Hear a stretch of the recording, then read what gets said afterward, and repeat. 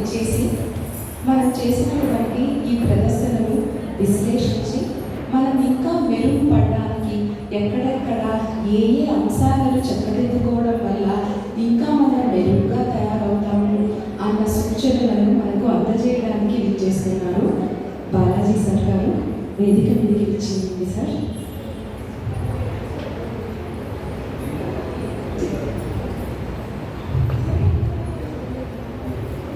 ఆనందతీర్థం sir గారు ఇచ్చేయండి sir. Shri చుండవి తులసి sir గారు ఇచ్చేయండి సార్.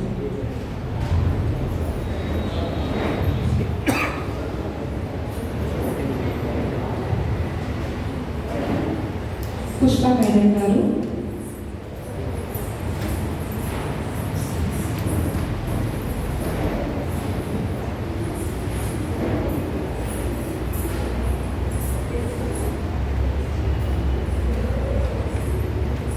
పుష్ప మేడం గారు వేదిక మీదకి ఇచ్చేయవలసిందిగా కోరుతున్నాను.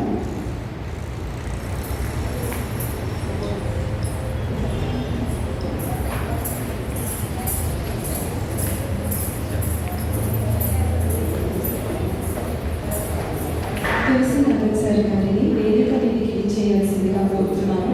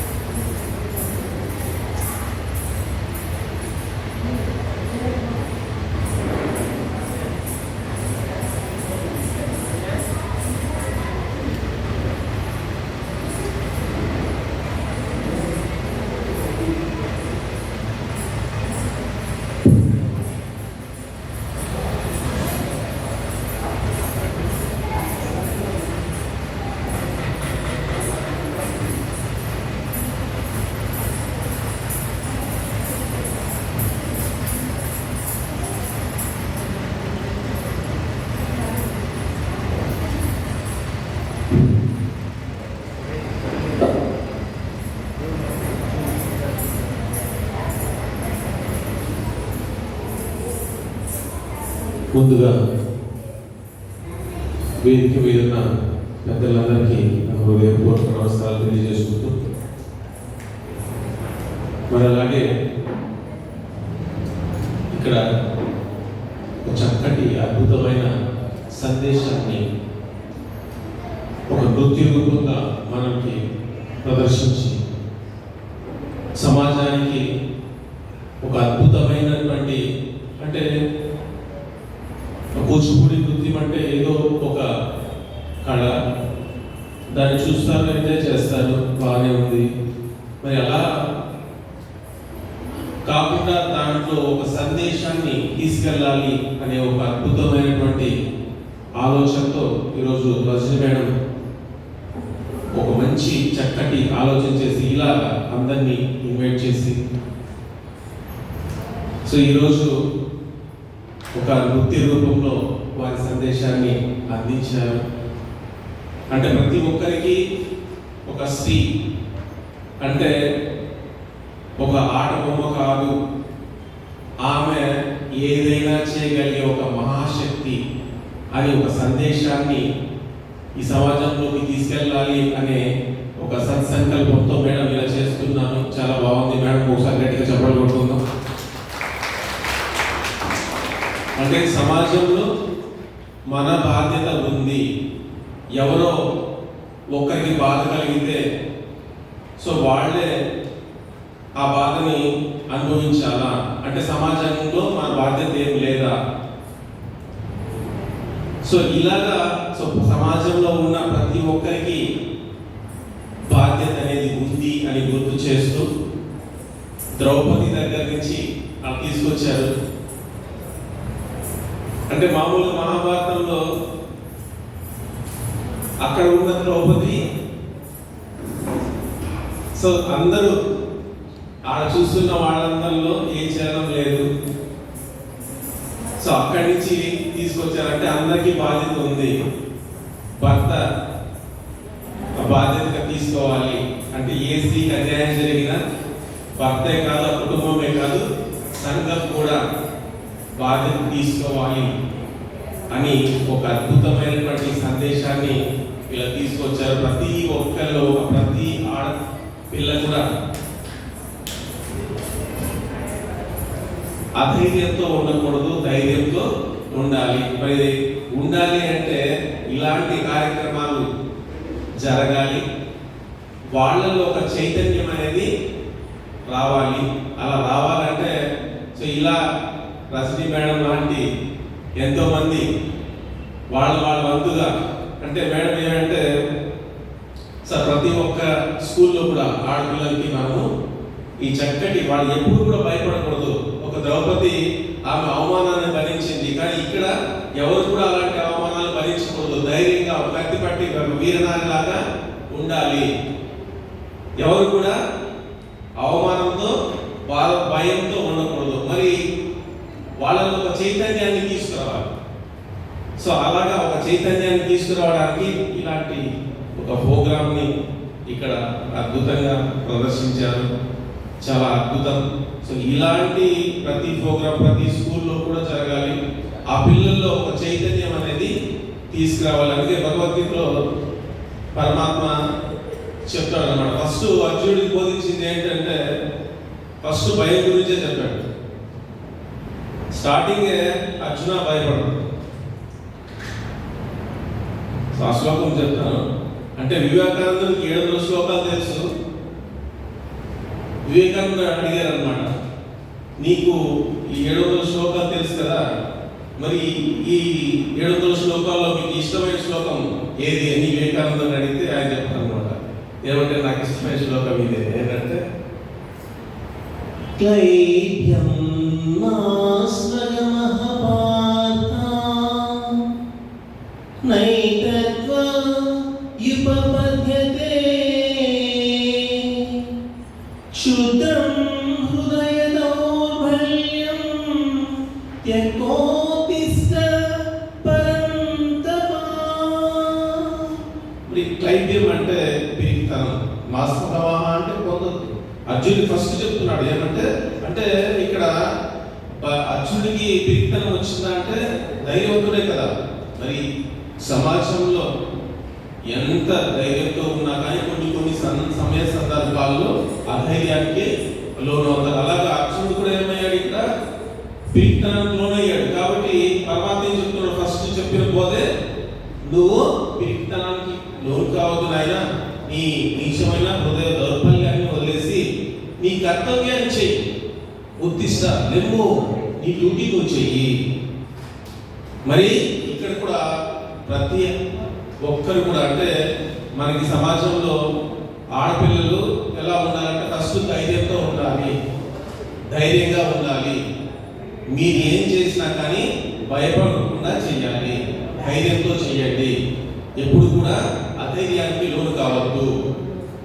నీ డ్యూటీ నువ్వు చెయ్యి, ఫలితం ఏమొస్తుందో తర్వాత నీ డ్యూటీ నువ్వు చెయ్యి, ఫలితాన్ని గురించి ఆశించకుండా చెయ్యాలి ప్రతి ఒక్కరు. మరి అలాగా ప్రతి వాళ్ళల్లో కూడా పిల్లలు, ముఖ్యంగా పిల్లల్లో వాళ్ళు ఎప్పుడు కూడా అధైర్యానికి లోను కాకుండా ధైర్యంతో ఉండాలి. ఎలాంటి మీ సిచ్యువేషన్స్ ఎదురైనా కానీ మీ జీవితంలో ధైర్యంగా ఉండండి, ధైర్యంగా ఎదుర్కోండి. మళ్ళీ ఇంకా మేడం ఒక మెసేజ్ ఇచ్చారు, తల్లిని మించిన దైవం లేదని. సో మన తల్లిని మనము గౌరవించుకోవాలి. మన తల్లి అంటే ఎన్ని బాధలున్నా ఆ తల్లి ఆ గుండెల్లోనే పెట్టుకుంటుంది, కానీ బిడ్డకి ఆ విషయాన్ని తెలిసి చెప్పదు. ఆ ఎంత కష్టం ఉన్నా ఆమె భరిస్తుంది. ఆ బిడ్డ ఆ కష్టాన్ని పడకూడదు అని ఆమె చేస్తుందని. ఎందుకంటే మా ఇంట్లో కూడా మా మిస్సెస్ వాళ్ళ పిల్లలకి ఇంత పని చెప్పదు, ఏమున్నా ఆమె చేస్తారు. అంటే ఎందుకు వాళ్ళు చేయించచ్చు కదా అంటే నేను చేయించింది ఏ పని నేనే చేస్తాను అంటే ఆ బిడ్డ కష్టపడకూడదు అంటే ఎంత ఆ తల్లి అంటే తల్లులంతా అలాగే ఉంటారు ఆ బిడ్డలంటే వాళ్ళకి అంత ప్రేమ దాన్ని కూడా మేడం రూపంలో చక్కగా చూపించారు. సో ఇలాగా సమాజంలో తల్లికి గౌరవం ఇవ్వాలి అనే సందేశాన్ని కూడా చక్కగా మేడం ఈ నృత్య రూపంలో చాలా చక్కగా ప్రదర్శించారు. మేడంకు ఒకసారి ధన్యవాదాలు తెలుపుకుంటూ మరి ఇన్ని కార్యక్రమాలు చేయాలని కోరుకుంటూ థ్యాంక్ యూ.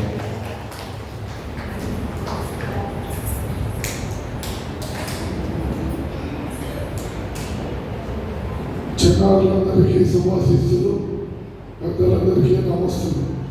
చాలా మాట్లాడాలందుకని గుర్తు సహకరించడం లేదు ఈరోజు. అయినా ఈరోజు అద్భుతమైనటువంటి నాట్య ప్రదర్శనలు తిలకించిన మనందరం కూడా ధన్యులు. అయితే ఈరోజు సంతృప్తి లేదు. ఎందుకు సంతృప్తి లేదు అంటే వీక్షకులు తక్కువగా ఉన్నారు. జూన్ జూలై నెలల్లో అద్భుతమైనటువంటి సమావేశాల్లో ఈ ప్రదర్శనలు ఇవ్వాలి. 1000 మంది ఈ ప్రదర్శనను చూసే విధంగా ఖచ్చితంగా జూన్ జూలైలో ప్రదర్శనలు ఏర్పాటు చేద్దాం. మీరు తల్లిదండ్రులందరూ కూడా సహకరించి చేస్తే మంచిగా కొన్ని వేల మంది చూసి కొన్ని పదుల మంది దీనికి ఆకర్షితులయ్యే విధంగా మనం కార్యక్రమాలు రూపొందిద్దాం. ఎందుకంటే లలిత కళలు నేర్చుకోవడం అనేటటువంటిది వాళ్ళ వ్యక్తిత్వాన్ని వాళ్ళు తీర్చిదిద్దుకోవడం. లలిత కళల్లో ప్రవేశం ఉన్న వాళ్ళు ఎవరు జీవితంలో తప్పులు చేయలేదు. తప్పు చేయాలన్నా మనం నేర్చుకున్న విద్య తప్పు చేయలేము. మీకు అందుకు ఉదాహరణ భోజరాజు కాలంలో బుక్కుండు అని ఒక వ్యక్తి ఉండేవాడు. బుక్కుండు వాడు బాగా శాస్త్రాలన్నీ చదువుకున్నాడు, కానీ సంపాదన లేదు. భార్య రోజు పోరు పెడతాడు. నేను చదువు ఎందుకే బాబు వేస్ట్ నువ్వు అసలు పనికే రావు, పెళ్ళా పెట్టారు, తిండి కూడా పెట్టారు, నువ్వేంటి రోజు తింటారు బాబు. ఒకరోజు వాడి కోపం వచ్చేసి చూడు ఈరోజు రాజుగారి ఖజానా కన్న వేసైనా డబ్బులు తెచ్చేస్తానని వెళ్ళిపోయాడు. ఎట్లా వెళ్ళాడు? లోపలికి వెళ్ళిపోయాడు. భోజరాజు ఖజానాకు నిజంగానే రంధ్రం పెట్టి లోపలికి వెళ్ళిపోతే ఇంకా నవరత్నాలన్నీ కూడా వెలుగుతున్నాయి.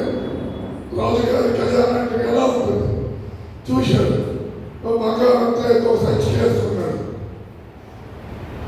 చాలుదే నా తరం నా బిడ్డ తరం కూడా బతికిపోవచ్చు అనుకున్నాడు. అనుకున్నాక వాడు చదివి జాతర గుర్తుకొచ్చింది. సువర్ణాభరణం పంచమహాపాతకాల్లో ఒకటి. బంగారు దొంగిలిస్తే పంచమహాపాతకాల్లో ఇది ఒకటి. ఇంత బతుకు బతికి మళ్ళా పాతకం చేయమన్నాడు పడేసి. వీటంతా ఎత్తేసుకున్నాడు. పోనీలేమంటారన్నా బతుకుతాను. మళ్ళా వాడి కూడా గుర్తొచ్చింది. వీటిని దొంగిలించిన వాడు రౌరవాది నరకాలకు వెళ్తాడు. అది ఇంతవరకు మళ్ళా నరకానికి పోవడం. ఇట్లా ఒకటి ఇంకోటి ఒకటి గుర్తు రావడం తర్వాత బట్టులు వచ్చారు. ఈ పట్టుకొని చూడు చదివిన శాస్త్రం తప్పు చేయలేవలేదు. ఇక భోజనాలు కాలం వెంటనే వాడికి మరణశిక్ష విధించారు. సరే మరణశిక్ష విధించారు. చివరి కోరుకోమన్నారు. అప్పుడు వాడు శ్లోకం రాసిచ్చారు. ఈ శ్లోకాన్ని మీరు రాజుగారికి వినిపించండి, ఆయన ఏం చెప్పారో నాకు చెప్పి మీరు తీసేయండి అన్నారు. సరే శ్లోకం ఇచ్చారు. వీళ్ళు రాజుగారి దగ్గర చదివారు. అందులో ఏముందంటే భక్త నష్టో భారవిష్టాపి నష్ట భిక్షుర్నష్టో భీమసైన్యోపి నష్ట భుక్కుండ్యోహం భూపతి స్వమి రాజన్. ఇది శ్లోకం. ఏమంటే ఇటీవల కాలంలో భక్తులు అనేవాడు చెప్పాడు. పిల్లలు బాగా ఏముందో కనిపెట్టలేదు. భట్టు అనేవాడు చనిపోయాడు. ఆ తర్వాత భారవి అనేవాడు చనిపోయాడు. ఆ తర్వాత పిచ్చు అనేవాడు చనిపోయాడు. ఆ తర్వాత భీమసేనుడు అనే కవి చనిపోయాడు. ఆ తర్వాత ఇప్పుడు నేను బుక్కుంటూ చనిపోతున్నాను. ఆ తర్వాత వంతు భూపతిది అని చెప్పాడు. భూపతి అంటే ఎవరు? రాజు. ఇది చదువుతానే రాజు కాబట్టి ఋషి చాపన్నాను. ఎందుకు? భారతీయ భూపతి అంటే భూపతి చనిపోతాడని కాదు, ఇంతటి పాండితి పరిజ్ఞానం కలిగిన వ్యక్తి దొంగతనం చేశాడు అంటే ఇది నా పరిపాలనలో లోపం అని చెప్పి ఆయన తన కొలువులో మంచి ఉద్యోగం వచ్చి సత్కరించారు. అది తప్పు చేయకపోగా జీవితాన్ని నిలబెట్టగలిగేటటువంటివి లలిత కళలు అవన్నీ నేర్చుకుంటున్నటువంటి మీరు విని ఊరికే రావు. పూర్వ జన్మలో ఎంతో పుణ్యం చేస్తుంటే కానీ ఈ కళల్లో మనకు ప్రవేశము పాండిత్యము రాదు. కాబట్టి మీరంతా కూడా ఎంతో ధన్యజీవులు. మమ్మల్ని కన్న తల్లిదండ్రులు మీకు నేర్పిన గురువులు పుణ్యాత్ములను తెలియజేస్తూ సెలవు. నమస్తే.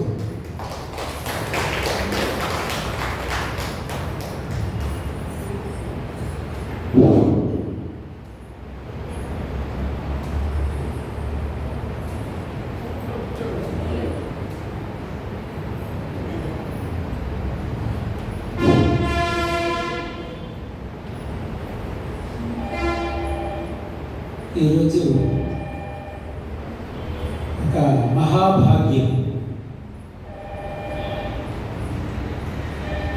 ఒక అవార్డ్ ఫిలిం చూస్తే ఎంత సంతోషంగా ఉంటుందో, ఒక అవార్డు విన్నింగ్ ప్రోగ్రాంకు వచ్చినానని అంత సంతోషంగా ఉంటుంది. ఈ ప్రోగ్రాం నేషనల్ లెవెల్లో ప్రదర్శిస్తే ఈ ప్రోగ్రాంకి నేషనల్ అవార్డు వస్తుందనేది ఖచ్చితంగా నా అభిప్రాయం.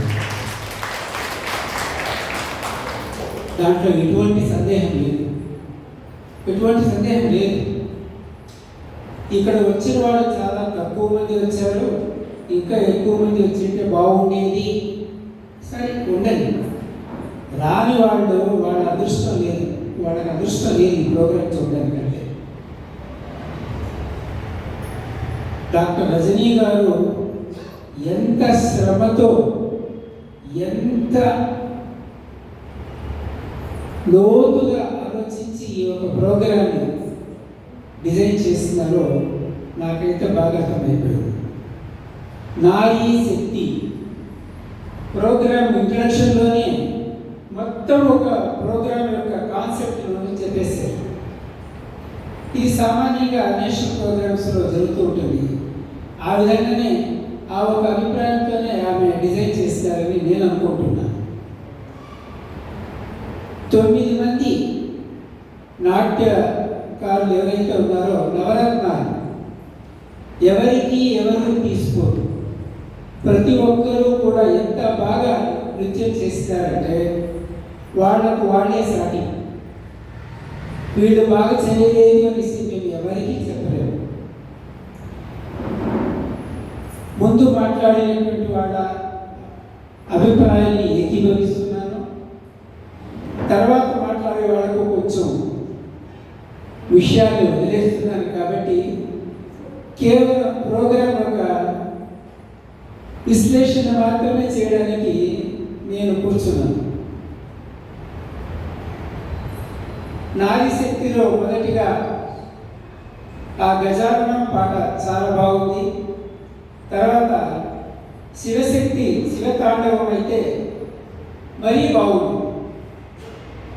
ప్యూర్ డ్యాన్స్, ఈ యొక్క ప్రోగ్రాము ప్యూర్ డ్యాన్స్. సామాన్యంగా మనం ఎక్కడైనా పోతే నాకు ప్యూర్ కాఫీ కావాలి అనేసి అడుగుతుంటాం. సో ఇది ప్యూర్ కాఫీ, ప్యూర్ డ్యాన్స్ అంతే. చాలా చోట్ల ప్రోగ్రామ్స్ ఇస్తూ ఉంటారు, మధ్యలో ఇంకేదో చెప్పి విసిగించి చాలా బేజారు పట్టిస్తుంటారు. అలా కాకుండా నృత్యం అంటే ఇలా ఉంటుంది, నృత్యం అంటే ఇలాంటి సందేశం ఇస్తుంది అనేటువంటి ఒక మహోత్తరమైనటువంటి ప్రోగ్రాం ఈరోజు. తర్వాత జయ జయ విజయ సంహిత ప్రోగ్రామ్ హైలైట్. మేడం గారు ఎంత చక్కగా దాన్ని నృత్యం చేశారంటే దాన్ని ఒక 3-4 కెమెరాలు బంధిస్తే అది చాలా పెద్ద హిట్ అవుతుంది అన్నమాట. అంత బాగుంటుంది, అంత బాగుంటుంది. మహాభారతం ఇంకా దాని గురించి చెప్పనవసరం లేదు. ముందే జయ జయ చెప్పేస్తారు. జయ అంటేనే మహాభారతం. మహాభారతంలో ఉండేటువంటి ఒక ఘట్టాన్ని ముందే ప్రదర్శించినారు. ఆమె ముందుగానే చెప్పేసినారు, నారీ శక్తి, ఈ యొక్క నారీ శక్తి ఈ రోజుల్లో ఏ విధంగా ఉండాలి, మనం ఎలాంటి మనుషుల్ని చూస్తున్నాం, మనం ఎలా ఉండాలి అనేసి ముందుగానే చెప్పేస్తారు. కాబట్టి ద్రౌపది యొక్క క్యారెక్టర్ అక్కడ చాలా విశేషంగా కనబడింది అన్నమాట. చాలా విశేషంగా కనబడింది. మహాభారతంలో అర్జునుడు రథంపై వచ్చే ఆ ఒక సన్నివేశము చాలా బాగుంది, ఒళ్ళు పులకరించిందన్నమాట. ఆ గీతోపదేశం చేసినప్పుడైతే మరీ బాగుంది. గాంధారి చివరికి వచ్చి ఏడుస్తుంటే కళ్ళలో నీళ్ళు కూడా వచ్చినాయి. చాలా బాగుంది. వీటన్నిటితో పాటు నాకు ఇంకొకటి కనిపించింది. ఈ సన్నివేశాలు కాకుండా ఇంకొకటి కనిపించింది. ఏమైందచ్చు చెప్పండి. నేను కూర్చున్న చోట నుంచి కాలిఫోర్నియా కనిపించింది. ఏమైండొచ్చు? ఒకసారి ఆయన షర్ట్ పైన చూడండి, కాలిఫోర్నియా అని అది అడ్డం వచ్చిందండి. ఇది జోక్ కోసం చెప్పిందే, నవ్వచ్చు పర్వాలేదు. అది మీరు కొరియాగా ఎక్సలెంట్గా వచ్చిందనమాట. తర్వాత తల్లి ప్రేమ గురించి వాడు చెప్తున్నప్పుడు నాకు కూడా ఒక జోక్ గుర్తొచ్చింది. మా ఇంట్లో అవ్వ ఉండేదనమాట. అమ్మమ్మ మనవడి పైన ప్రేమతో చెప్పేదనమాట, రన్నింగ్ రేస్ పోయేటప్పుడు జాగ్రత్తగా మెల్లగా పరిగెత్తు, మరీ ఎక్కువగా పరిగెత్తు. రన్నింగ్ రేస్లో మెల్లగా పరిగెత్తితే ఆయనకి ఎట్లా కప్పు వస్తుంది ఏమిటో తెలుసు. తల్లి ప్రేమ అంటే అలా ఉంటుందన్నమాట. తర్వాత కురుకురు కురుకుగా నడవరు ఆ పాటకైతే ప్రదర్శన కవలలు ప్రదర్శించినట్లు వారిద్దరు ప్రదర్శన చాలా బాగుంది అన్నమాట. ఎక్సలెంట్గా ఉంది. ఒకే విధమైనటువంటి స్టెప్, ఎక్కడ కూడా ఒక చిన్న పొరపాటు కూడా లేకుండా ఒకే రకంగా చేసినారు. It was excellent. ఇంకా లాస్ట్లో అయితే తల్లి జనని వందనం ఆ ఒక్క పాట చాలు హైలైట్ అయిందనమాట. ఎక్కడ ఆ పాట ప్రదర్శించినా కూడా చప్పట్లు చప్పట్లు చప్పట్లు గ్యారంటీగా. ఇక్కడ చాలా తక్కువ మంది ఉన్నారు కాబట్టి చప్పట్లు వినిపించలేదేమో, కానీ ఎక్సలెంట్ ప్రోగ్రామ్.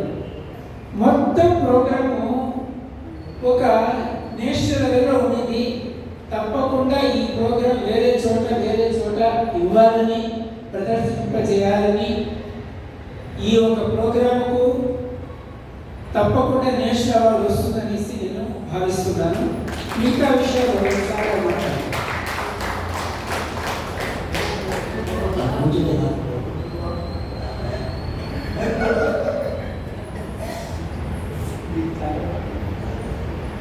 అందరికీ నమస్తే. చిన్నారులకు నా శుభాశీస్సు. నేను పలమనేరులో ఉన్నాను అనుకోలేదు. రాజమండ్రిలోనూ, నేను గోదావరి జిల్లాలోనూ మేము వెళ్తూ అక్కడ చాలా ప్రదర్శనలు చూసాం. అలాగే అనిపించింది నాకు. పలమనేరు సాహిత్య రంగమే కాదు, నాట్య కళల్లో కూడా చాలా ప్రసిద్ధి చెందుతుంది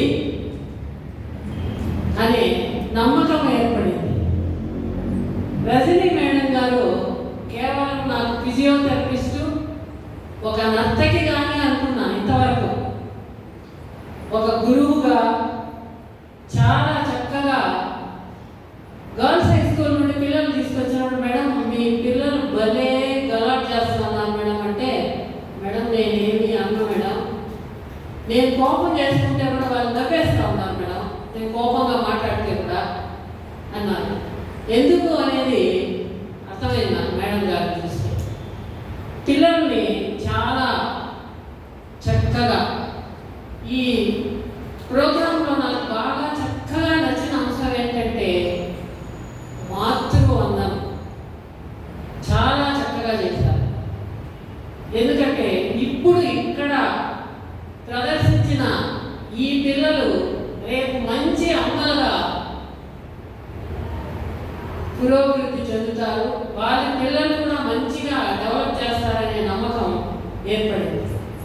ఇలాంటి ప్రదర్శన చేసిన ఈ పిల్లలకు మా తెలుగు సాహిత్య సాంస్కృతిక సమితి తరపున కూడా మేము కూడా వీళ్ళను సత్కరించాలని రజనీ మేడం గారి అనుమతితో సత్కరించాలనుకుంటూ ముగిస్తున్నాను.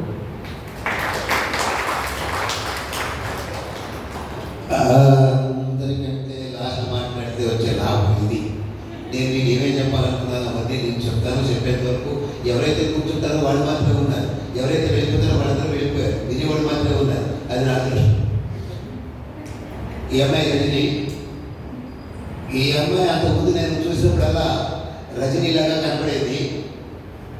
ఈ అమ్మాయి రజని, ఈ అమ్మాయి రజని అని అనుకుంటూ ఉండేవాడిని. ఈరోజు మొదటిసారిగా అమ్మాయి డ్యాన్స్ పెర్ఫార్మెన్స్ మొట్టమొదటిసారిగా నేను చూశాను. ఇక్కడ ఈ అమ్మాయి వస్తూ ఉంటే వేదిక వస్తూ ఉన్నప్పుడు ద్రౌపది ఆహార్యంలో ఆ అమ్మాయిని చూసి వస్తూ ఉన్నప్పుడు నాకు ఎవరు గుర్తొచ్చారు? రాజశ్రీ వారియర్ అని ఒక అమ్మాయి ఉంటుంది. ఇప్పుడు అమ్మాయి పెద్ద అయిపోయాడు, డ్యాన్స్ చాలా గొప్ప డ్యాన్స్ కాదు. ఆ రాజశ్రీ వారియర్ ఏం చేసిందంటే మన బెంగళూరులో రవీంద్ర కళాక్షేత్ర అని ఒక రవి హాల్లో ఒక డ్యాన్స్ ప్రోగ్రామ్ చేస్తుంది. దాన్ని రికార్డ్ చేయడానికి మేమందరం వెళ్ళినప్పుడు అందరూ కలిసి ఒక రెండు మూడు ఛాలెంజెస్ విసిరారు. అలాంటి ఛాలెంజెస్లో ఒకటి ఏమిటి అంటే ఆ అమ్మాయిని అంటే రాజశ్రీ వారియర్ని నువ్వు ప్రాక్టికల్గా మేము ఇలా చెప్తూ ఉంటే నువ్వు వాళ్ళ డ్యాన్స్ చేసేస్తావా అని అడిగాను. అడిగితే చేస్తాను అనగానే ఒక అతను ఒక మ్యూజిక్ డైరెక్టర్ ఆ పక్కనే ఉన్నాడు. అంటే మొత్తం సినిమా రంగం వాళ్ళు, కన్నడ సినిమా రంగం వాళ్ళు అంతా ఉన్నారు. అతను ఏమడిగాడు?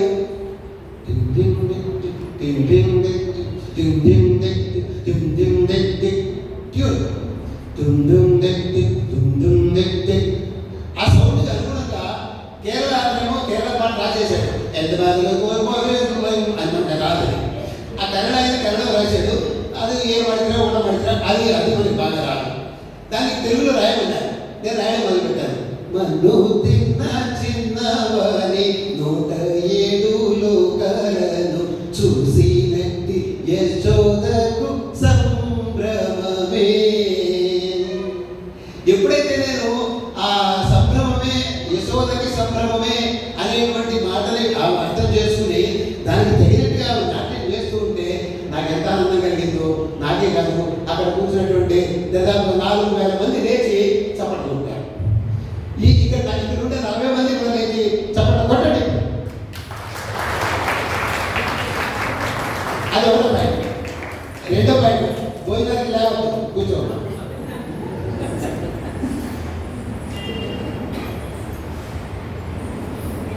ఇప్పుడు మీకు వస్తున్నటువంటి విషయం చెప్తాను.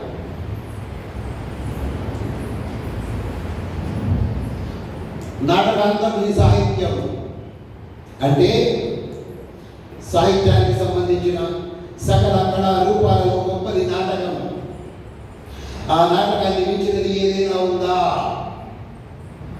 శిశులు వేత్తి పశులు వేత్తి కాని రసం పడి శిశువులను పశువులను పాములను కూడా అలరించేది సంగీతం. ఆ సంగీతాన్ని కూడా అలరించేది ఏదైనా ఉందా? ఉంది. అదే నాట్యం. అలరు కురియగా నాడెలదే అలకల కురుగుల అలమే మంగ. వీళ్ళు వేస్తారని తెలియదు, నా కోసమే వేశారు. సంగీతానికి సాక్షాత్తు అలరు మేల్ మంగమ్మ తల్లే నాట్యాలాడింది. ప్రతి నాట్య భంగిమ ఒక్కో భావాన్ని ప్రకటిస్తుంది, ఒక్కో అనుభూతిని ప్రదర్శిస్తుంది. అందుకే సకల కళా రూపాలను మించిన మహత్తరమైన కళగా ఉన్నత స్థాయిని చేరుకున్నది నాట్యం. అలాంటి నాట్యాన్ని నేర్చుకున్న వారు ధన్యులు, నేర్పేవారు అగ్రగణ్యులు. అలాంటి పూజనీయులైన గురు దంపతులను పొందిన పలమనేరు వాసులందరూ అదృష్టవంతులు. నమో తాండవ ప్రియాయ, నమో నమో నాట్యాంగ భరతాయ, నమో చంద్రకళాధరాయ శంకరాయ నాట్య వశంకరాయ నమో నమః. అయిపోలేదు, లేపండి. మాతాచ మాతృభాషాచ మాతృభూమిశ్చ సర్వదా చతుర్వర్గ ఫలాప్త్యైవ సంసేవ్యా సర్వమానవై.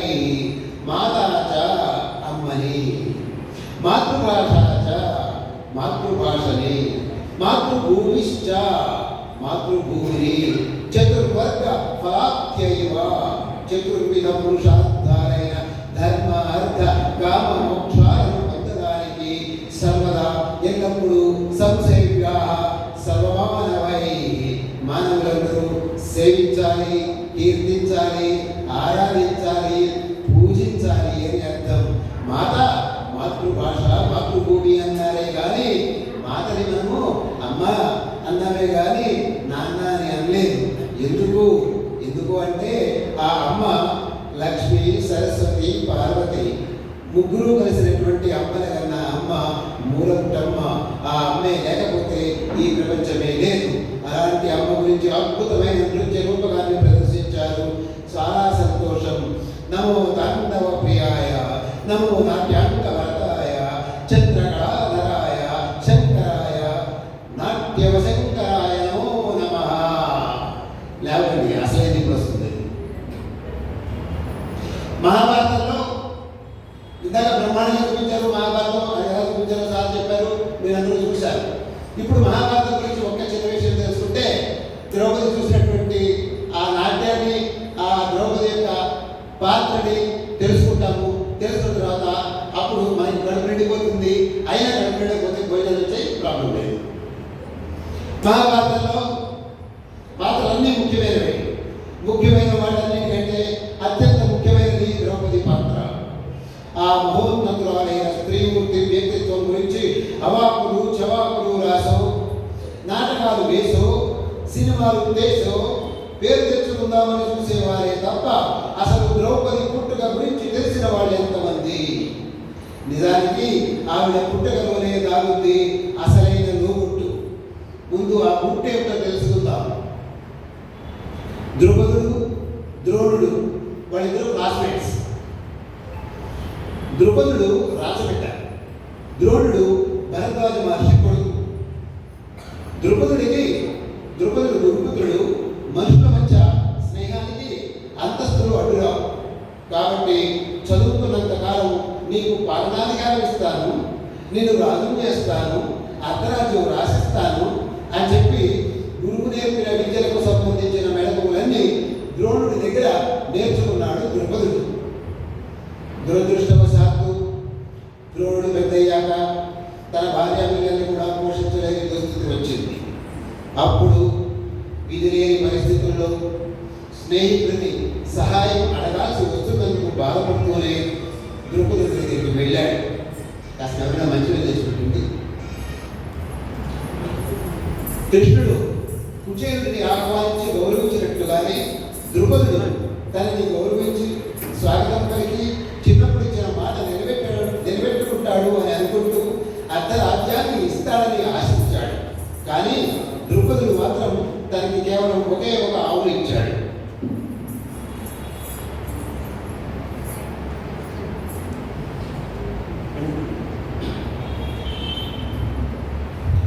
ఒకే ఒక ఆవును ఇచ్చాడు. అది కూడా ఒక పేద బ్రాహ్మణుడికి దానంగా ఇస్తున్నాను, తీసుకో అన్నాడు. అప్పుడు ద్రోణుడికి మనసు రగిలిపోయింది. స్నేహాన్ని అవమానిస్తూ మిత్రధర్మాన్ని అతిక్రమించిన ద్రౌపదితో నిన్ను ఓడించడానికి నా దాకా ఎందుకు, నా శిష్యులే నిన్ను మట్టి కనిపించేలాగా చేస్తాను అని ప్రతిజ్ఞ చేసి వెళ్ళిపోతాడు. అనన్య సామాన్యమైన తన విద్యా నైపుణ్యాలతో సాక్షాత్తు భీష్మాచార్యుడిని మెప్పించి గురువంశపు వారసులందరికీ గురువుగా నియమించేలా చేసుకున్నాడు. ఈ విషయం ద్రౌపదికి తెలియకుండా ఉంటుందా? తెలిసిన తర్వాత చేతులు పట్టుకుని ఊరుకుంటాడా? అందుకే తన సైనిక బలగాలను పెంచుకుంటూ పోయాడు. ఈలోగా అర్జునుడిని మించిన విద్యా విశాలుడైన ఏకరవ్యుడిని గుర్తించాడు ద్రోణాచార్యుడు. అతడిని జయించేంత విలుకాడు ఎవరు లేరని తెలుసుకున్నాడు. అతడి బొటన బ్రేవుని గురుదక్షిణగా తీసుకున్నాడు. ఇప్పుడు ఏకలవ్యుడు లేకపోవడంతో అర్జునుడికి ఎదురు లేకుండా చేశాడు ద్రోణుడు. ఆ విధంగా అర్జునుడు ఉండగా ద్రోణుడిని చంపడం అసాధ్యం. అందుకే ద్రోణాచార్యుడిని అంతం చేసేటువంటి శక్తి సామర్థ్యాలు కలిగిన కుమారుడి కోసం యజ్ఞం ఆరంభించాడు ద్రౌపదుడు. ఆ యజ్ఞానికి సంతసించిన దేవతలు ద్రౌపదుడి ముందు ప్రత్యక్షమయ్యారు. కావలసిన వారిని కోరుకోవన్నారు. తనకి ద్రోణుడిని చంపేంత శక్తివంతమైన కుమారుడు కావాలి అని కోరుకున్నాడు ద్రౌపదుడు.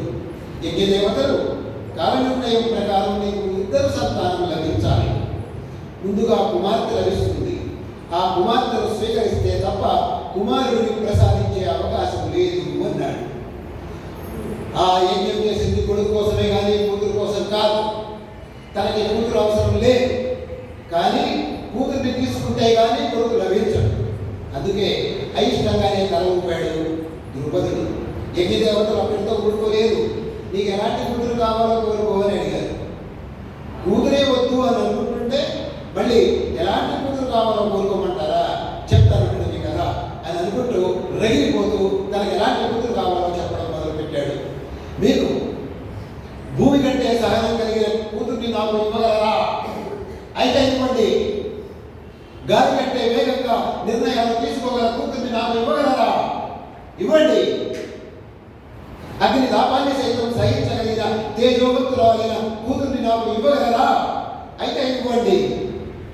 వీటన్నింటికంటే పారదర్శకమైన నిశ్చిత దృష్టి కలిగిన మేధావిని నాకు కూతురుగా ఇవ్వగలరా? అయితే ఇవ్వండి. ఆకాశాన్ని మించిన ఔన్నత్యాన్ని సాధించగల కూతుర్ని నాకు ఇవ్వగలరా? అయితే ఇవ్వండి అంటూ ఉంటే అతని కోరికల్ని వింటున్న యజ్ఞ దేవతలు బిత్తరపోయారు. ఎందుకంటే భూదేవిని మించిన సహాయం కావాలంటే ఎన్నో కష్టాలు అనుభవించాలి. వేగంగా నిర్ణయాలు తీసుకోవలసి వచ్చినప్పుడు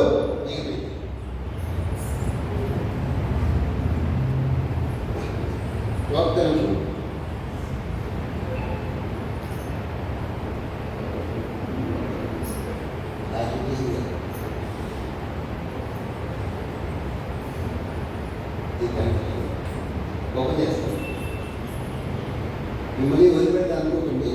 చాలా ఇంపార్టెంట్ మ్యాటర్ చెప్తాను. చెప్పిన తర్వాత మీరు విడిపోయిన నాకు మాట్లాడారు.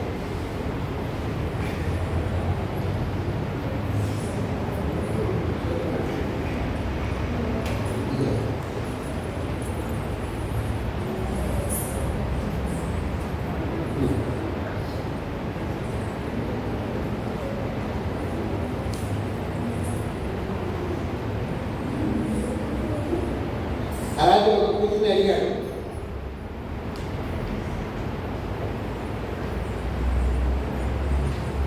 భూదేవంతటి సహజం కావాలి అంటే కష్టాలు అనుభవించాలి. వేగంగా నిర్ణయాలు తీసుకోవలసి వచ్చినప్పుడు సొంతంగా నిర్ణయించుకునే అవకాశం ఉండదు. ఇతరులపై ఆధారపడాల్సి వస్తుంది. అగ్ని తాపాన్ని సహించేంతటి తేజస్సును కోరుతున్నాడు అంటే అగ్నిలా దహించుకుపోవాలని కన్న తండ్రి కోరుతూ ఉన్నాడని అర్థం. వీటికంటే పారదర్శకమైన దృష్టి కలిగిన యువత అంటే స్త్రీగా తనకు ఎవరికి రాకూడనటువంటి పరిస్థితులు ఏదైనా ధర్మం వైపే పయనించాలి. అలాంటి యువతి ఆకాశాన్ని మించిన ఎత్తుకు ఎదగాలి అంటే ఎన్నో కష్టాలు, ఎన్నో తిరస్కారాలు, ఎన్నో అవమానాలు, ఎన్నో కఠిన పరీక్షలు ఎదిరించాలి. అలాంటి కూతుర్ని ఎందుకు కోరుకుంటున్నాడు? కేవలం తన ప్రతీకారం తీర్చుకునే కొడుకుని కనడం కోసం. అంటే తన ప్రతీకారం కోసం లోకంలో ఎక్కడా పుట్టే అవకాశం లేని దురదృష్టవంతురాల్ని కూతురిగా కోరుకుంటున్నాడు. అందుకే దేవతలు అలాంటి కూతుర్ని ఎందుకు కోరుకుంటున్నావు అని అడిగాడు. ద్రౌపదుడు సమాధానం చెప్పకుండా అలాంటి కూతుర్నిచ్చే ధైర్యం లేకపోతే నాకు ఈ యజ్ఞ ఫలమే అవసరం లేదు పోండి అన్నాడు. యజ్ఞం చేసిన వాడికి యజ్ఞ బలం ఇవ్వక తప్పదు. యజ్ఞదేవతలందరూ ఆవేదనని ఆవేశాన్ని అణచుకుంటూ తమకి ఎదురైనటువంటి పరిస్థితికి ఆక్రోశిస్తూనే దూకిస్తూనే యజ్ఞపరంగా ద్రౌపదిని అందించారు. ఆ విధంగా యజ్ఞంలో ఆవిర్భవించింది కనుక యాజ్ఞసేని అయింది. ద్రుపదుడి కూతురు కనుక ద్రౌపది అయింది. పాంచాల దేశపు రాకుమారి కనుక పాంచాలి అయింది. అంతేగాని 5 భర్తలు ఉన్నందువల్ల ఆమెకు పాంచాలి అనే పేరు రాలేదు. కుమారి చాపి పాంచాలి వేది మధ్య సముస్థిత.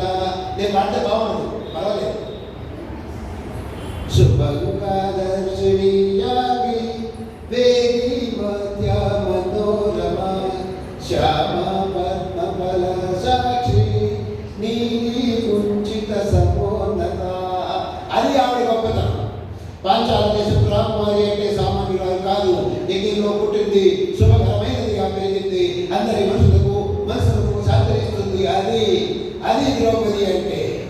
తన తండ్రి తన ఆగ్రహావేశాలతో అర్థం పర్థం లేని వ్యర్థాలని అనంతాలని కలిసి కూతురుగా కోరుకున్నాడు. అలాంటి తండ్రి మనసును మరిపించి మురిపించి కళ్ళు తెరిపించింది.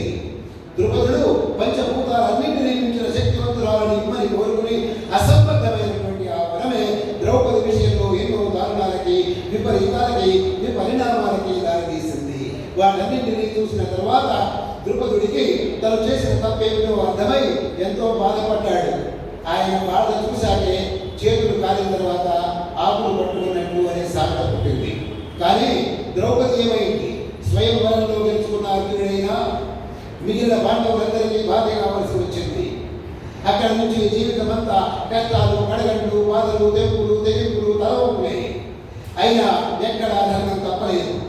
తనకి న్యాయం చెయ్యమని ఎవరిని అభ్యర్థించలేదు. ఎంత అన్యాయం జరిగినా ఎవరిని ఎప్పుడు నిందించలేదు. గురు సభలో ఆవిడ అడిగిన ధర్మ సందేహాలకు మహామూలైన వారిలో ఏ ఒక్కరూ సమాధానం చెప్పలేకపోయారు. ద్రోణాచార్యులు, భీష్మాచార్యులతో సహా అందరూ తలలు దించుకున్నారు. అది ద్రౌపది అంటే. సహనానికి, తేజానికి, సునిశిత దృష్టికి, పారదర్శకతకి, తన చేతిలో లేని నిర్ణయాలకి బలంతోనే వచ్చింది. తన అనుభవాలన్నీ స్త్రీలందరికీ పాఠాలు, పురుషులందరికీ గుణపాఠాలు. ఆడవారి ఆత్మగౌరవాన్ని ఆకాశాన్ని మించిన ఎత్తుకు తీసుకువెళ్ళిన స్త్రీమూర్తి కేవలం ద్రౌపది మాత్రమే. ప్రపంచంలో స్త్రీ ఔన్నత్యాన్ని చాటడంలో ద్రౌపదిని మించిన మహోన్నత వ్యక్తిత్వం కలిగిన పాత్ర ఎక్కడా లేదు. అది ద్రౌపది అంటే. అలాంటి అరుదైన పాత్రలు నటించడం అంటే దాన్ని పూర్వజన్మ సుకృతంగా భావించాలి. ఆ అదృష్టవంతురాలు చిరంజీవి లక్ష్మీ సౌభాగ్యవతి రజని. ఆవిడికి నా అభినందనలు. ఇకపోతే ఆవిడ నాట్య ప్రదర్శనలోని విషయాల గురించి ప్రత్యేకంగా వివరించడానికి కానీ, విశ్లేషించడానికి కానీ, విమర్శించడానికి కానీ ఏముంటుంది? చూసి అనుబోధించడం, ఆస్వాదించడం, ఆనందించడం, ఆహ్లాదించడం, ఆ రసాస్వాదనలోని లాలిత్యాన్ని అనుభవించడం తప్ప నమో తాండవ ప్రియాయ, నమో నాట్యాంగభరతాయ, నమో చంద్రకళాధరాయ శంకరాయ నాట్యవశంకరాయ నమో నమః, నమో శంకరాయ నాట్యవశంకరాయ నమో నమః.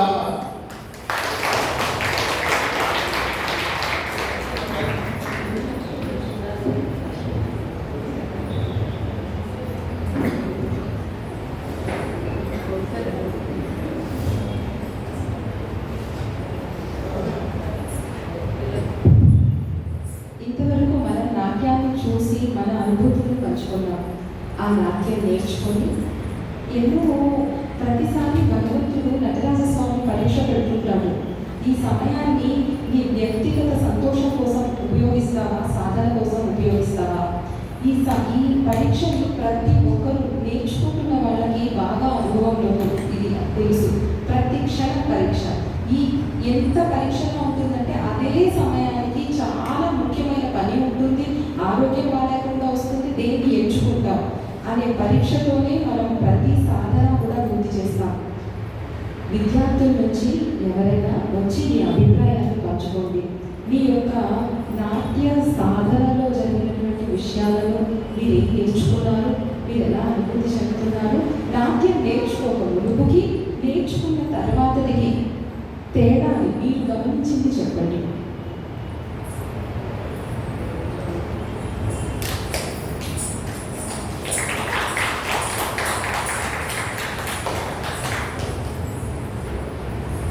నా పేరు సాక్షి. నేను రజనీ మేడం దగ్గర ఆల్మోస్ట్ 2 years పైన నుంచి నేను అసిస్టెంట్ కూచిపూడి నేర్చుకున్నాను. సో అంతకుముందు ఇంట్రెస్ట్ ఉండేది మా ఇద్దరికి, కూచిపూడి నేర్చుకోవాలి, క్లాసికల్ డ్యాన్స్ నేర్చుకోవాలి. మేము డాన్స్లో జాయిన్ అయిన తర్వాతనే కెరియర్ స్టార్ట్ చేసి జాబ్లో జాయిన్ అయిన తర్వాతనే మేము కూచిపూడి డాన్స్ నేర్చుకోవడం స్టార్ట్ చేసాం. సో ఫస్ట్ టైం మేడంకి కాల్ చేసినప్పుడు ఫస్ట్ క్వశ్చన్ అడిగేది నేను, మేడం నాకు ఇప్పుడు 24 years అండ్ నేను ఆల్రెడీ జాబ్ కూడా చేస్తున్నాను. సో ఇది రైట్ ఏజా కాదా డాన్స్ నేర్చుకుంటున్నాను? మేడం ఒకటే చెప్పారు, ఆర్ట్కి ఏజ్కి అస్సలు సంబంధం లేదు. సో ఆ రోజు మేడం ఆ మాట చెప్పకపోయింటే అసలు నేను కూచిపూడి స్టార్ట్ చేసేదాన్నే కాదేమో. సో మేడం ఆ మాట చెప్పినందుకే నేను స్టార్ట్ చేయడం జరిగింది. ఆల్మోస్ట్ 2 years నుంచి నేర్చుకుంటున్నాను. సో వర్క్ స్ట్రెస్ ఎంత ఉన్నా కూడా మేము వీకెండ్స్, సో బెంగళూరులో వర్క్ చేస్తాం నేను నా సిస్టర్ ఇద్దరం.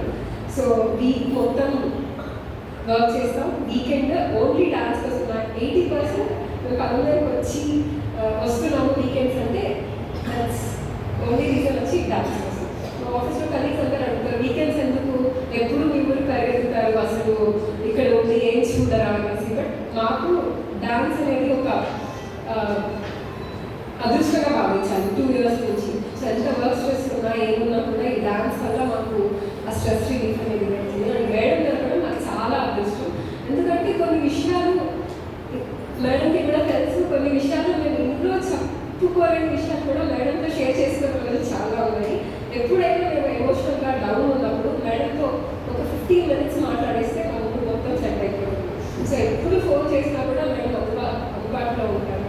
సో ఎమోషనల్ డౌన్ వచ్చినప్పుడు ఫస్ట్ గుర్తు వచ్చేది మా పేరెంట్స్, ఆబ్వియస్లీ మా సిస్టర్ గుర్తు వస్తుంది. తర్వాత నెక్స్ట్ షేర్ చేసుకోవాలి ఏదైనా బాధ వచ్చినప్పుడు అంటే ఫస్ట్ మేడమే గుర్తిస్తారు. సో మేడం మోర్ దాన్ గురువు మాకు ఒక చాలా బెస్ట్ ఫ్రెండ్ లాగా, ఒక ఎమోషనల్ సపోర్టర్ లాగా, ఒక మంచి గైడర్ లాగా పాస్ట్ 2.5 years నుంచి ఉన్నారు. మేడం గైడెన్స్ని, మేడం సపోర్ట్ని, మేడం ఇచ్చే ఎమోషనల్ సపోర్ట్ని నేను నా లైఫ్లో అసలు వదులుకోవాలని అనుకోవట్లేదు. మేడం లైఫ్ నాకు చాలా అదృష్టం.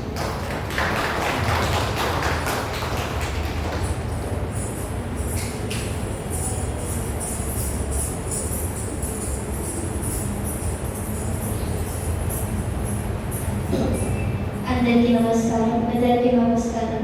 నా పేరు స్వాతి నేహ. నేను ఈ కూచిపూడి డాన్స్ అకాడమీకి చేరి 1 సంవత్సరం అయింది. 2025 Feb 4 ఫస్ట్ టైం నేను కూచిపూడి నేర్చుకోవడానికి అడుగుపెట్టాను అనమాట. ఫస్ట్లీ నాకు ఎప్పుడు గురువుని చూసినా భయం వేస్తుంది. నేను చాలా అండర్ కాన్ఫిడెంట్ పర్సన్ అనమాట. అంత ఈజీగా నేను ఓపెన్ అప్ అవ్వలేను. అలాగే చిన్నప్పటి నుంచి ఇంట్రెస్ట్ ఉన్నా ఎక్కడో చిన్నప్పుడు ఒక గురువు డాన్స్ చేస్తున్నాము సరిగ్గా చేయలేదు అలా కొట్టి చూసి అయ్యో నేను కూడా అయితే కొడతారేమో అని ఒక భయంతో నేను ఆపేసాను. ఎంత ఇష్టం ఉన్నా సొంతంగా నేర్చుకునేదాన్ని అలా. తర్వాత దీనికి ముఖ్య రీజన్ నేను డాన్స్ నేర్చుకోవడానికి మా అమ్మగారు చాలా ఎంకరేజ్ చేశాను. వెళ్ళు అండ్ మా అమ్మనే ముందుకు వెళ్ళి అవి నేర్చుకోమని చెప్పారన్నమాట. తర్వాత గురువు గారు నాకు సెకండ్ అమ్మ లాగా చెప్పవచ్చు. మా గురువుని ఎంతో ఓపికగా నేర్పిస్తారు, చాలా ఓపికగా నేర్పిస్తారు. నేను తప్పు చేసిన 100 సార్లు విసుకోకుండా చాలా మంచిగా నేర్పిస్తారు అన్నమాట. ఆవిడ ప్రోత్సాహమే మాకు ఈ స్టేజ్ వరకు వచ్చేలాగా చేసిందన్నమాట. చాలా ఆపర్చునిటీస్ ఇచ్చారు. ఇన్ఫాక్ట్ ఇప్పుడు నాకు కొంచెం భయం పోయిందన్నమాట. మా గురువు అంటే చాలా ఇష్టం నాకు. ఇంకా కూచిపూడి గురించి చెప్పాలంటే నాకు మ్యామ్ దగ్గర చేరిన తర్వాతనే చాలా కూచిపూడి గురించి అంతా తెలుసుకున్నాను. అండ్ నేను కూడా వర్క్ చేస్తున్నాను అనమాట బెంగళూరులో. సో అక్కడ ఏంటంటే నేను ఎక్కడికి వెళ్తాను వీకెండ్స్ అక్కడ చెప్పినట్టు ఎక్కడికి వెళ్తాను ఎందుకు వెళ్తాను అన్నప్పుడు ఇట్లా నేను కూచిపూడి నేర్చుకుంటున్నాను అనుకున్నాను. దురదృష్టం ఏంటంటే అక్కడ తెలుగు వాళ్ళకి కూచిపూడి అంటే ఏంటో తెలీదు. కూచిపూడిని భరతనాట్యంని ఒకటే అనేస్తున్నారు. కూచిపూడి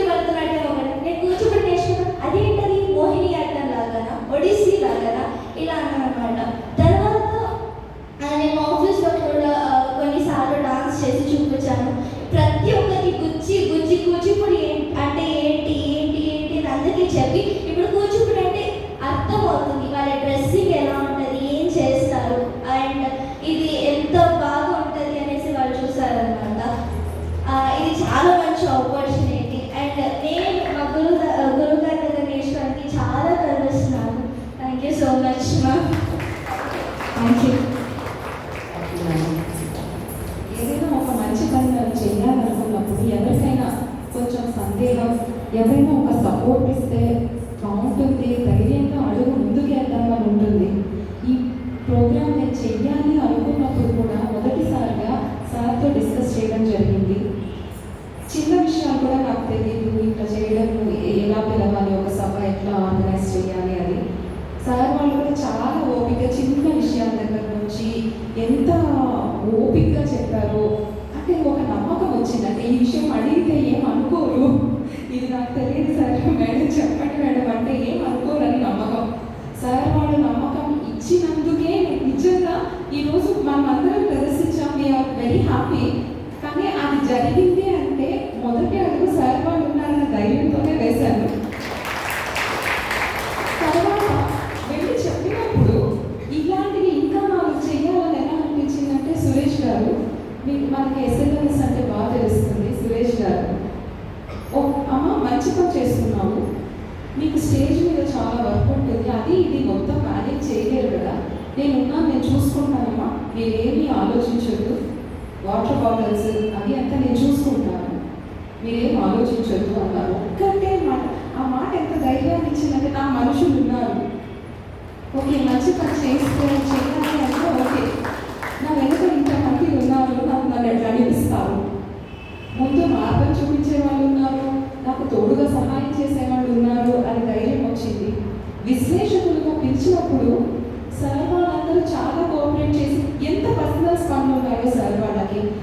నిజంగా ఈరోజు 12:30 లోపు సార్ వెళ్ళిపోవాల్సింది, అయినా కూడా మన కోసం కళను గౌరవించి ఇంతసేపు ఓపికగా ఉన్నారు, వాళ్ళ విశ్లేషణను మనకు అందించారు. చాలా ధన్యవాదాలు సార్, దీన్ని నేను రుణపడి ఉంటాను. అందుకని మనం దగ్గరలో నేను ఒక నాట్యం వైజ్ఞానిక విశేషాలు అన్న బుక్ ఒకటి రాస్తున్నాను. ఖచ్చితంగా ఈరోజు ఈ విషయం వల్ల నాకు వచ్చిన సంతోషం, ఖచ్చితంగా నేను అందులో ఒక పేజ్ని నాకు సహాయం చేసిన వాళ్ళకి ఖచ్చితంగా నేను కృతజ్ఞతగా మీకోసం ఆ ఒక పేజ్ని అందులో కేటాయిస్తున్నాను sir. Thank you so much.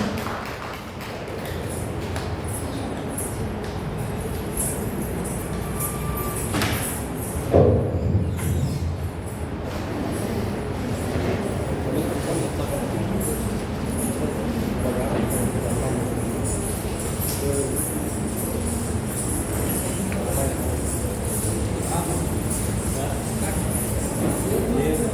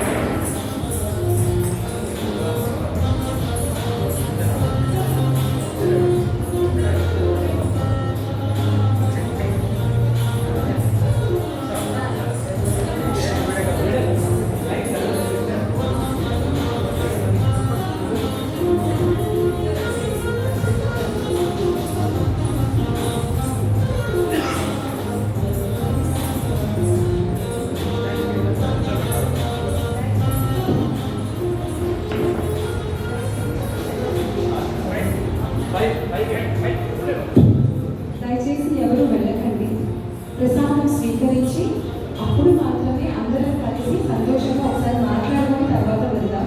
దయచేసి ఎవరు వెళ్ళకండి. అన్న ప్రసాదం ఫస్ట్ ఫ్లోర్లో ఉంది. మనం అందరం స్వీకరించి తర్వాత వెళ్దాం. దయచేసి ఎవరు వెళ్ళకండి.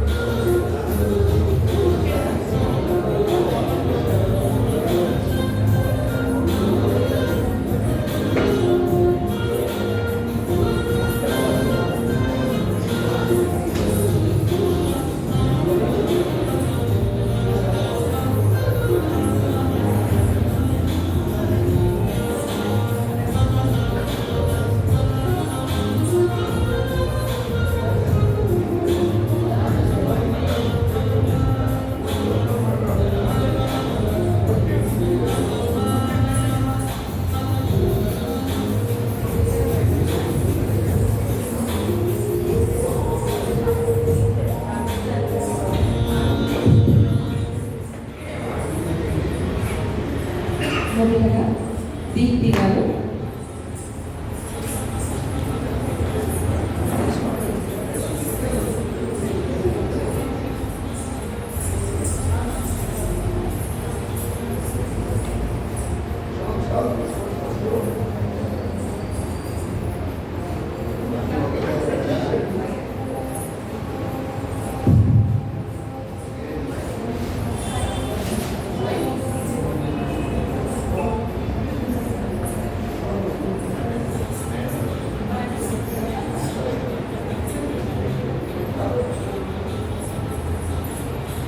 తల్లిదండ్రులు కూడా వేదిక మీద రావాల్సిందిగా కోరుతున్నాము. ఓకేనా?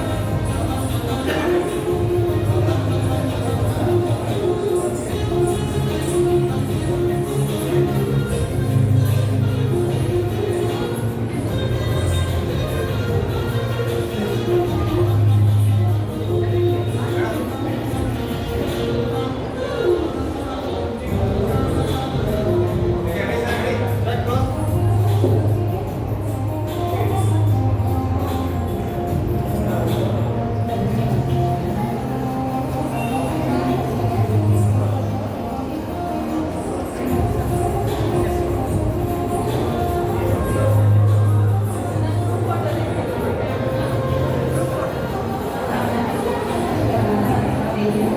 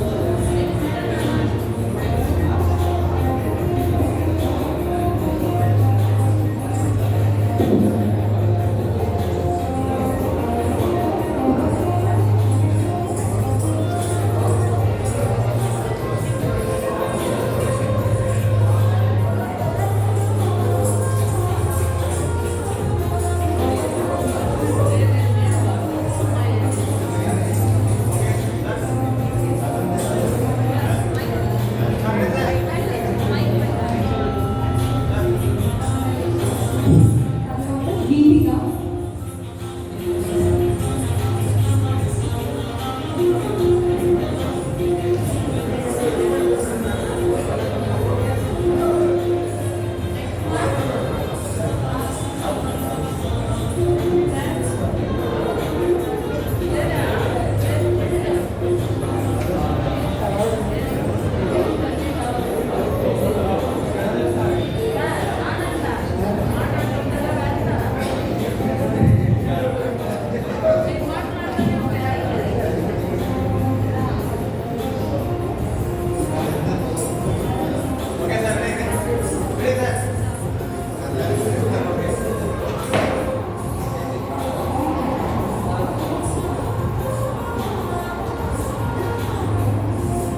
పాణ్య,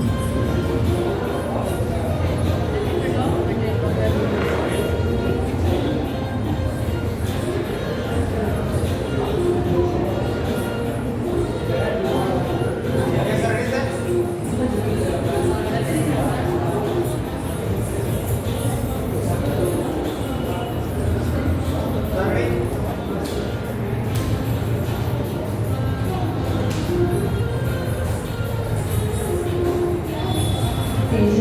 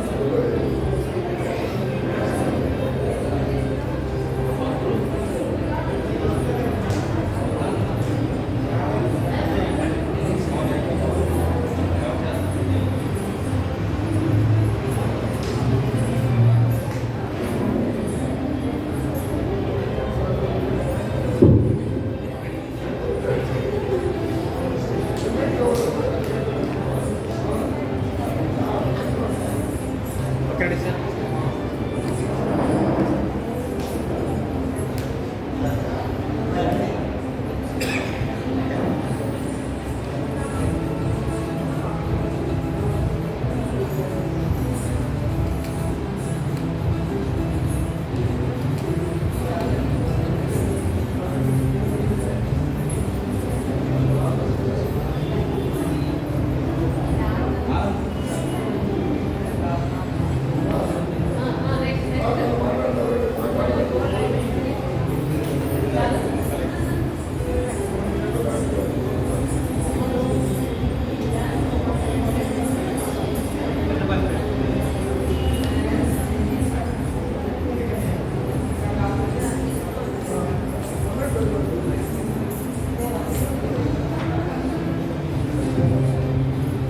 మీరెందరికీ ఇచ్చిన ఈ ధైర్యం ఇంకో కొన్ని కార్యక్రమాలు నడిపించడానికి చేయడానికి నాకు చేయూతనిచ్చాయి.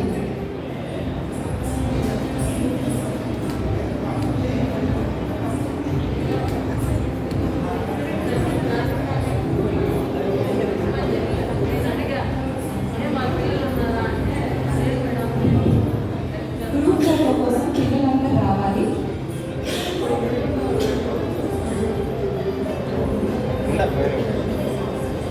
పిల్లలందరూ వేదిక మీదకి రావాలి.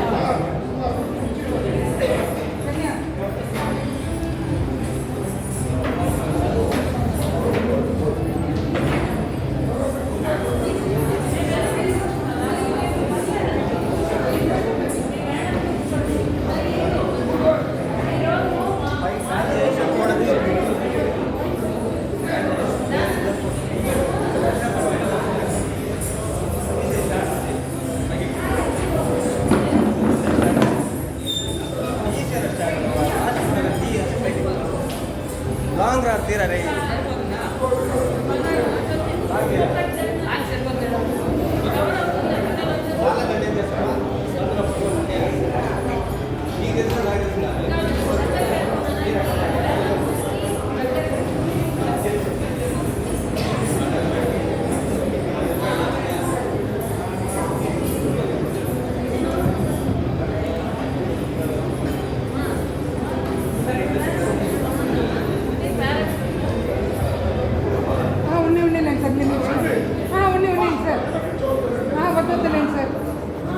పేరెంట్స్ రండి మా గ్రూప్ ఫోటోలుగా అందరూ రండి పిల్లల పేరెంట్స్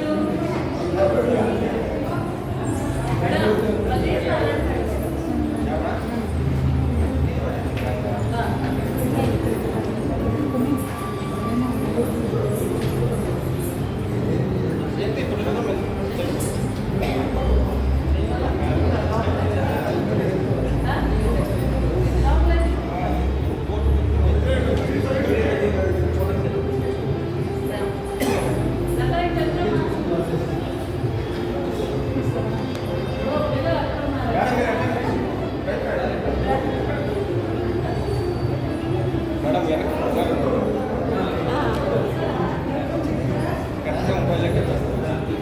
తెచ్చేస్తాను మేడం మొబైల్ రికార్డింగ్ అంటే తెచ్చేస్తాను స్టాండ్ తెచ్చేస్తాను మొబైల్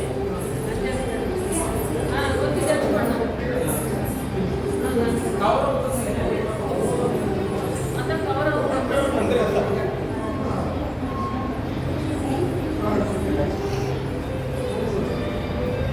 మేడం మీరు ఫ్రంట్